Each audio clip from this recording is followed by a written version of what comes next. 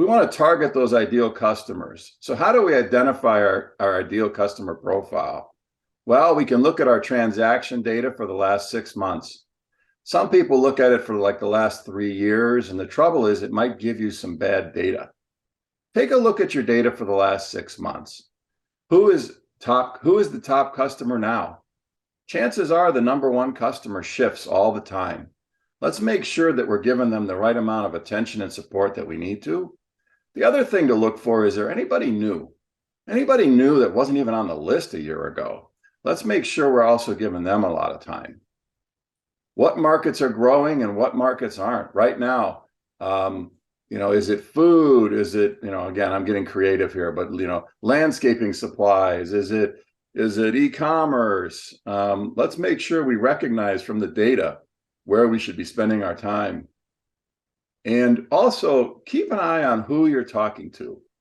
Are you talking with buyers? What decision makers are really engaging with you now?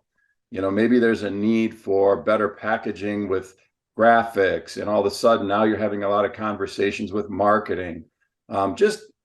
Take note of who they are and what those conversations are about, because chances are other customers in that same space want to have those conversations.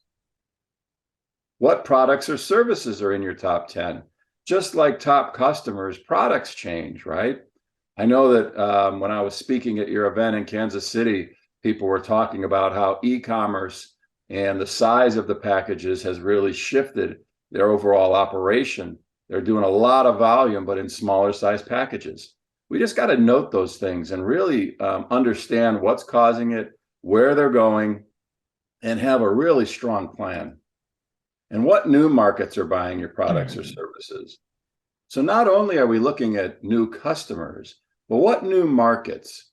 I would think, probably 2020, we would start seeing the e-commerce really taking a big spike. But what other markets are causing a big spike for you now?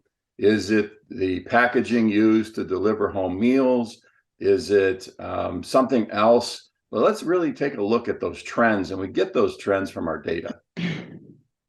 And what contractors are connected to those large targets?